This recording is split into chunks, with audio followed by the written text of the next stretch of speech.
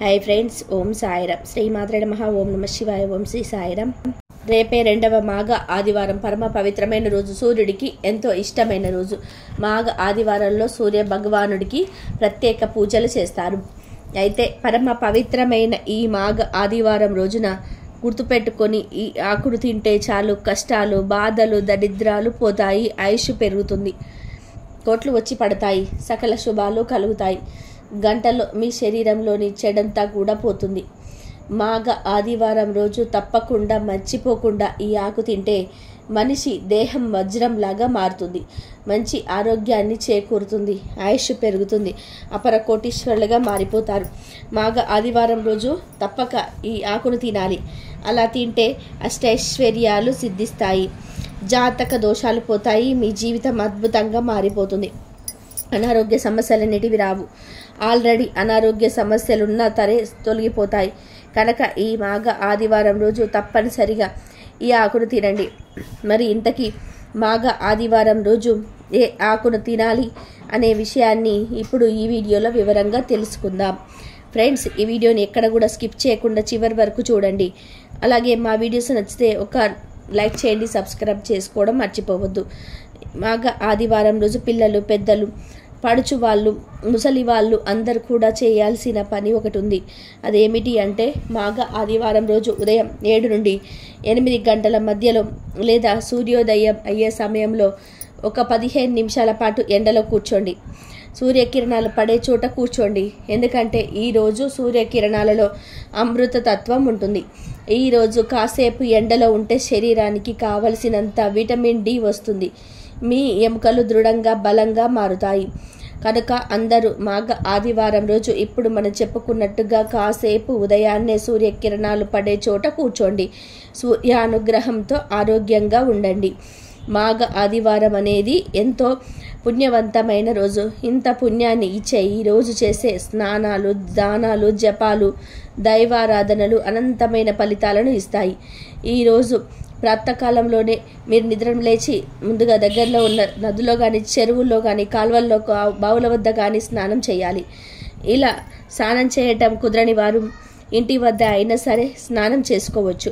ఈరోజు ఇంటి వద్ద స్నానం చేసేవారు చిటికడు గల్లులుప్పు నీటిలో కలుపుకొని స్నానం చేస్తే ఆ నీటి ద్వారా జన్మల పాపాలు పోతాయి, కోటి జన్మల పుణ్యం వస్తుంది, నరదిష్టి, నరపీడ పారిపోతాయి.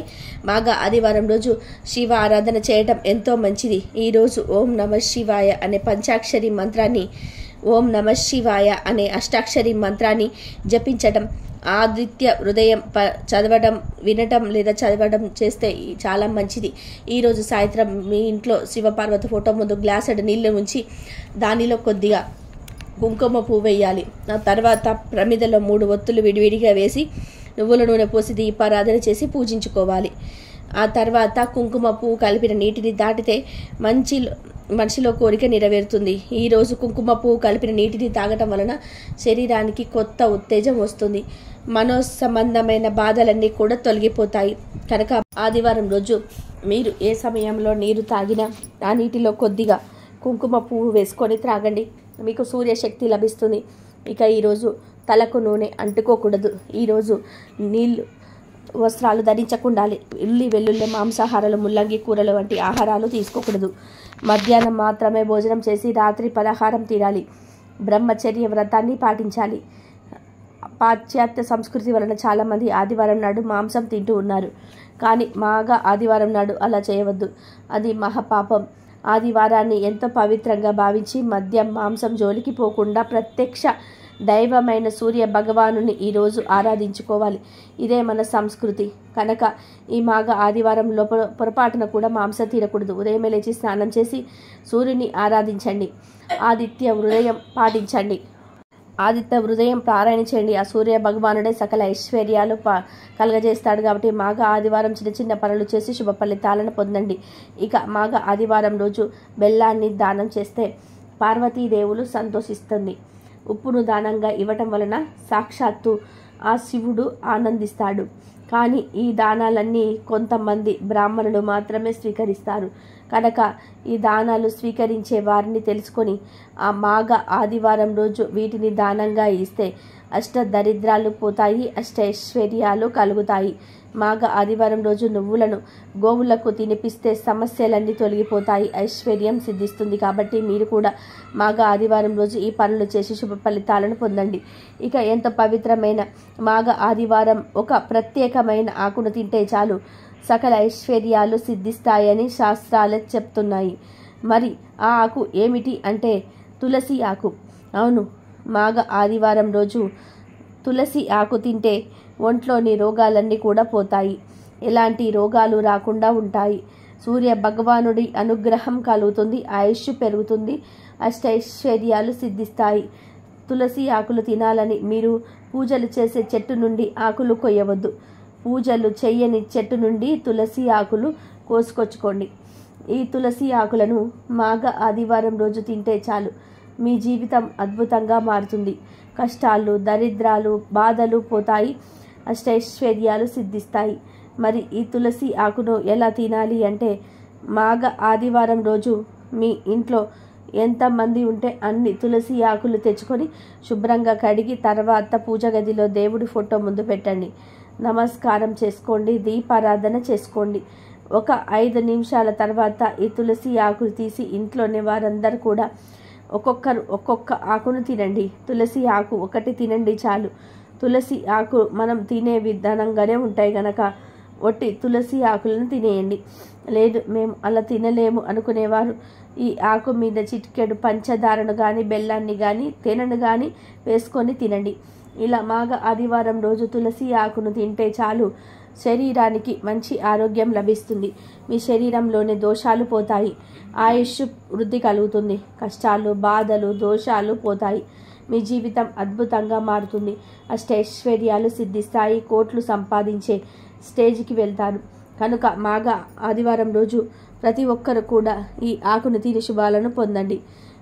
ఈ మాసంలో కొంతమంది నిత్యదాన వ్రతం చేస్తారు.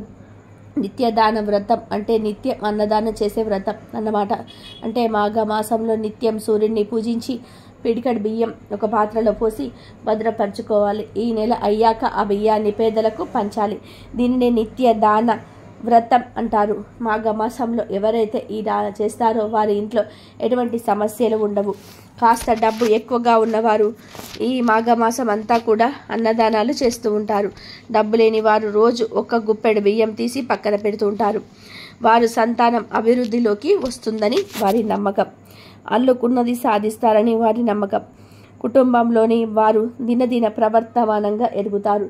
మాఘమాసంలో ఆదివారం రోజు అరుణోదయ కాలంలో నదులు, చెరువులు, మడుగులు, కొలనులు, బావుల్లో కానీ చివరకు నీటి పడిగలో కానీ స్నానం చేస్తే ప్రయాగలో స్నానం చేసినంత ఫలం దక్కుతుంది.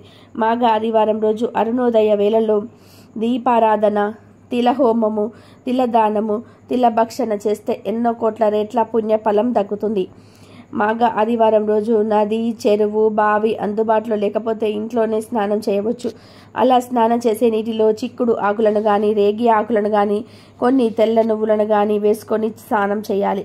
ఇలా స్నానం చేసే ముందు కొన్ని నువ్వులను నమిలి మింగాలి. ఇలా ఎవరైతే మాఘ ఆదివారం రోజు స్నానం చేస్తారో వారి పాపాలన్నీ కూడా అగ్నిలో పడిన దూది మాదిరిగా నశిస్తాయి. శరీరంలోనే ఉన్న సకల వ్యాధులు నశిస్తాయి.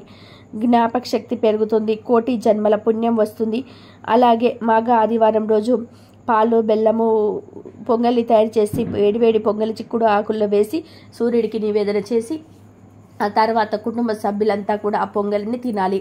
ఇలా తింటే ఆరోగ్యానికి చాలా మంచి జరుగుతుందని మన పూర్వీకులు చెప్పారు. ఇక మాఘ ఆదివారం రోజు ఇంట్లో ఎట్టి పరిస్థితుల్లోనూ ముల్లంకాడ, ముల్లంగి కూరలను వండకూడదు, తినకూడదు. కూరల రూపంలోనే కాదు ఏ రూపంలో కూడా ఈరోజు ములక్కాడను, ముల్లంగిని తినకూడదు. పచ్చడి రూపంలో కూడా తినకూడదు. వీటితో పాటు మాంసం కూడా మాఘ ఆదివారం పూట తినకూడదు. గుడ్లు, చేపలు, మాంసం ఇవేమీ కూడా ఈరోజు తినకూడదు. నిజానికి ఏ ఆదివారం రోజు మాంసాహారం తినకూడదు. కానీ కలి ప్రభావం వలన ప్రజలు ఆదివారం రోజే మాంసం తింటూ ఉన్నారు. కానీ ఆదివారం రోజు మాంసం తినకూడదని, మద్యం జోలికి వెళ్ళకూడదని శాస్త్రాల్లో చెప్పారు. కాబట్టి మాఘ ఆదివారం రోజు ముల్లంగి, ములక్కాడ, మాంసాహారం అస్సలు తినకూడదు. వీటితో పాటు రాగి ఉసిరికాయను కూడా ఆదివారం రోజు తినకూడదు. ఈ రోజు కాదని ఈ కూరలను వండిన తిన్న 7 జన్మల దరిద్రం పడుతుంది. అనారోగ్యాల బారిన పడతారు. మనశ్శాంతి ఉండదు. మీ జీవితం సర్వనాశనం అవుతుంది. కనుక మాఘ ఆదివారం రోజు ఈ ఆహార నియమాలను పాటించండి. జాగ్రత్తగా ఉండండి. మాఘ ఆదివారం రోజు పాలు బెల్లము పొంగల్ని తయారు చేసి వేడివేడి పొంగలిని చిక్కుడు ఆకులలో వేసి సూర్యుడికి నివేదన చేసి ఆ తర్వాత కుటుంబ సభ్యులంతా కూడా ఆ పొంగలిని తినాలి. ఇలా తింటే ఆరోగ్యానికి చాలా మంచి జరుగుతుందని మన పూర్వీకులు చెప్పారు. మాఘమాసంలోని ఆదివారాలకు ఎంతో విశిష్టత ఉంటుంది. ఆదివారాలు మాఘమాసంలో పవిత్రమైన రోజు. ఎందుకంటే ఆదివారం ఆ సూర్య భగవానుడికి ఎంతో ఇష్టమైన రోజు. అందుకే మాఘమాసంలోని ఆదివారం రోజు ఆ సూర్య భగవానుడిని విశేషంగా పూజిస్తారు. మాఘపు ఆదివారం నోములు నోచుకుంటూ ఉంటారు. మాఘ ఆదివారం ఎంతో మహత్యం కలిగిన రోజు. ఇది అపమృత్యువును పోగొట్టి అభిష్ట సిద్ధిని కలిగిస్తుంది. మాఘ ఆదివారం నాడు ఎవరైతే సూర్యుడిని భక్తి శ్రద్ధలతో ఆరాధిస్తారో వారికి సర్వరోగ విముక్తి, పుత్ర పౌత్రాభివృద్ధి, పుణ్యలోక ప్రాప్తి కలుగుతాయని పురాణ వాక్కు. మాఘ ఆదివారం అరుణోదయ వేళలు చేసే నదీ స్నానం ఎంతో శ్రేష్టం. అరుణోదయ కాలం అంటే సూర్యోదయానికి గంటన్నర ముందు కాలాన్ని అరుణోదయ కాలం అంటారు. ఈ సమయంలో నది స్నానం చేయాలి లేదా ఇంట్లోనైనా సరే తప్పక స్నానం చేయాలి. ఆ తర్వాత సూర్యోదయం కాలంలో సూర్య భగవానుడిని దర్శించి భక్తి శ్రద్ధలతో పూజించాలి. ఇలా చేస్తే అత్యంత పుణ్యఫలం కలుగుతుంది. అయితే ఈ మాఘ ఆదివారం రోజు కుక్క కనిపిస్తే ఈ ఒక్క పని చేయండి చాలు, మీ దరిద్రం అంతా కూడా పోతుంది. విపరీత ధనలాభం కలుగుతుంది. డబ్బు వరదలాగా వచ్చి పడుతుంది. ఎవరు మిస్ అవ్వకుండా ఈ పరిహారాన్ని చేసుకుంటే చాలా మంచి జరుగుతుంది. సూర్య భగవానుడి అనుగ్రహం లభిస్తుంది. సకల ఐశ్వర్యాలు సిద్ధిస్తాయి అని పండితులు చెప్తూ ఉన్నారు. మరి మాఘ ఆదివారం రోజు కుక్క కనిపిస్తే ఏం చేయాలి అనే విషయాన్ని ఇప్పుడు ఈ వీడియోలో వివరంగా తెలుసుకుందాము. కాలభైరవుడి యొక్క ప్రతిరూపమే శూనకము అనగా కుక్క. కుక్కలకు భవిష్యత్తును గ్రహించే శక్తి ఉంటుందని హిందూ శాస్త్రం మరియు సైన్స్ కూడా చెప్తుంది. కుక్కలకు ఐ పవర్ చాలా ఎక్కువగా ఉంటుంది. ప్రకృతి వైపరీత్యాలను అంచనా వేయటంలో మనుషుల కంటే జంతువులు, పక్షులే ముందుంటాయి.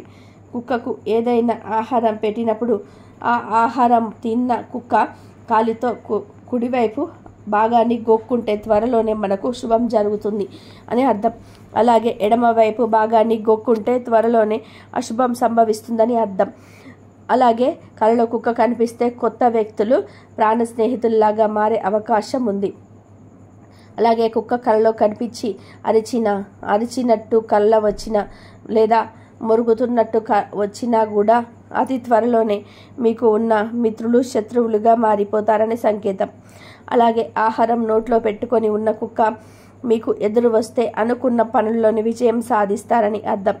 కానీ కుక్కని నోట్లో మాంసం ముక్క పట్టుకొని ఎదురు వస్తే ప్రాణహాని ఉంటుందని శాస్త్రం చెప్తుంది. ఇక మనం పని మీద బయటికి వెళ్ళేటప్పుడు నీటిలో తడిసిన కుక్క మన ముందుకు వచ్చి విదిలించుకుంటే వెళ్ళిన చోట చోర భయం ఉంటుందని సంకేతం. కుక్క వేరే ఒకరి చెప్పులను మన ఇంటి ముందు పడేసిన, మన చెప్పులను వేరే ఒకరి ఇంటి ముందు పడేసిన మన ఇంట్లో దొంగలు పడుతూ ఉంటారని సంకేతం. అలాగే చక్కగా ముగ్గులు పెట్టి ఉన్న వాకిలి ముందు కుక్క నిలబడి పదే పదే అరుస్తూ ఉంటే ఆ ఇంట్లోకి లక్ష్మీదేవి ఆగమనం జరగబోతుందని, వారి జీవితంలో మంచి స్థాయికి చేరుకునేటువంటి రోజులు రాబోతున్నాయని సంకేతం. ఇక అర్ధరాత్రి ఇంటి ముందు నిలబడి కుక్క ఏడుస్తూ అరుస్తూ ఉంటే ఆ ఇంట్లో వారికి లేదా ఆ వీధిలో ఎవరికైనా సరే విపరీతమైన అనారోగ్యం వస్తుందని సంకేతం. ప్రాణహాని కలుగుతుందని అర్థం. కుక్క అలా ఇంటి ముందుకు ఏడ్చినప్పుడు భయపడకుండా రామరక్ష స్తోత్రాన్ని పఠించటం వలన అనారోగ్య సమస్యలు, మృత్యుదోషాలు దరిచేరవని మన శాస్త్రం తెలియజేస్తుంది. మీ ఇంటి ముందు కూడా కుక్కలు ఇలా పదే పదే అరుస్తూ ఉన్నా మీరు బయటకు వెళ్తూ ఉన్నప్పుడు ఎదురొచ్చినా అది దేనికి సంకేతమో జాగ్రత్తగా గ్రహించి దానికి తగినట్టుగా జాగ్రత్త పడండి. ఒకవేళ మీ ఇంటి ముందు కుక్క పదే పదే అరుస్తూ ఉంటే దానికి కడుపు నిండా ఆహారం పెట్టి పంపించి వేయండి.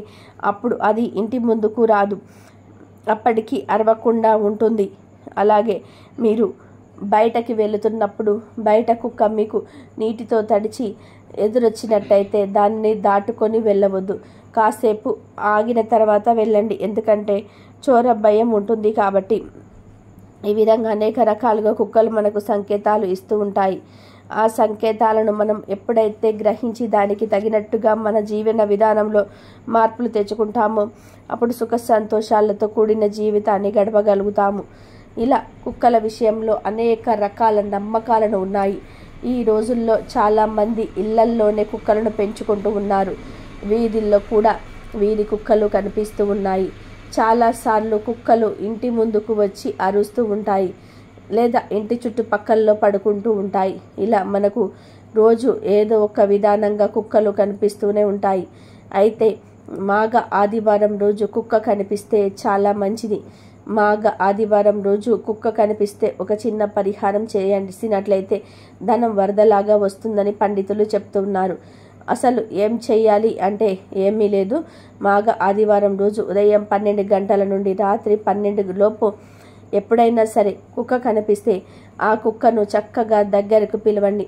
కుదిరితే కుక్క తల మీద చెయ్యి వేసి నిమ్మరండి. అంటే మంచి కుక్క అయితేనే నిమ్మరండి. కొన్ని పిచ్చి కుక్కలు ఉంటాయి కదా, వాటిని టచ్ చేస్తే కరుస్తాయి. అటువంటి కుక్కలు వస్తే మాత్రం అసలు టచ్ చేయవద్దు.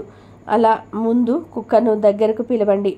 తర్వాత ఇంటి లోపలికి వెళ్ళి వైట్ రైస్ ఉంటుంది కదా, మీరు వండుకున్న అన్నం ఉంటుంది కదా, ఆ అన్నాన్ని తీసుకొని దానిలో మీరు వండుకున్న కూరను కలపండి.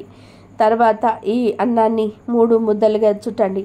ఈ 3 ముద్దల మీద 1 స్పూన్ నూనెను తీసుకొని పోయండి. తర్వాత ఈ 3 అన్నం ముద్దలను చేతిలో పట్టుకొని మీ ఇంటి మెయిన్ డోర్ బయటకు వచ్చి ఆ డోరుకు దిష్టి తీయండి.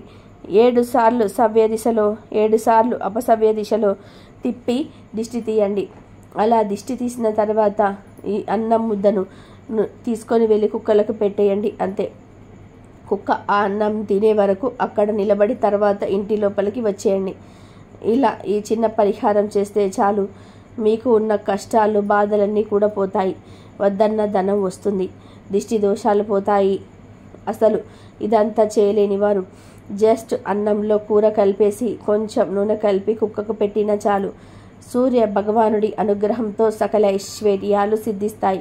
కాబట్టి ప్రతి ఒక్కరు కూడా మాఘ ఆదివారం రోజు పగలైన రాత్రైనా కుక్క కనిపిస్తే ఈ చిన్న పరిహారాన్ని చేసి శుభ ఫలితాలను పొందండి. అష్టైశ్వర్యాలను పొంది ఆనందంగా జీవించండి.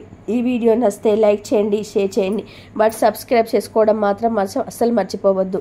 కాబట్టి మాఘ ఆదివారం రోజు మనము పని మీద బయటకు వెళ్ళేటప్పుడు నీటిలో తడిసిన కుక్క కనబడితే మన ముందుకు వచ్చి విదిలించుకుంటే వెళ్ళిన చోట మనకి చోర భయం ఉంటుందని చెప్పి సంకేతం ఉంటుంది. కాబట్టి మనము వేరే ఒక చెప్పులను కుక్క మన ఇంటి ముందు పడేస్తే మనకు అశుభం జరుగుతుంది.